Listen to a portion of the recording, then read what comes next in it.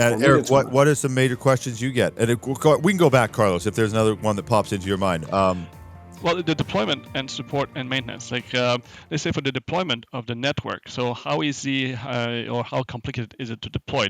The nice thing with our 4G, 5G solution is very easy to deploy. It's actually the electricians that deploy this underground. As the mine expand, they just keep adding section of cable. So you don't need skilled engineers or highly trained people to expand the network. And this is very important, as you mentioned, with skilled labor. This has to be done by people on site. So that's what we've been developing as a solution is expanding the network, because it's easy to do like a 4G, 5G network in a small area or do a proof of concept.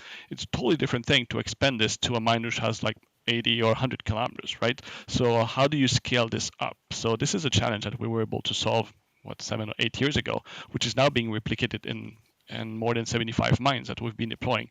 So we've been deploying something that is really quick to deploy. And that was also the questions. How complex is this to deploy and to maintain? So that's why we came up with a system which is really easy to maintain by the mine.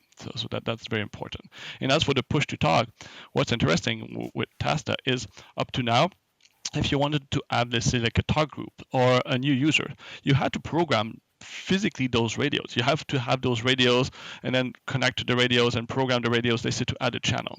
Today, it's all done remotely. I mean, today you just, when using a web interface, you add a talk group, you drag people to the talk group, and you're done. You don't need to physically have access to the device. It's all done now using a web interface. So there's no more need to have physical access to those radios. So that's why it's a completely way to think the new TASSTA way.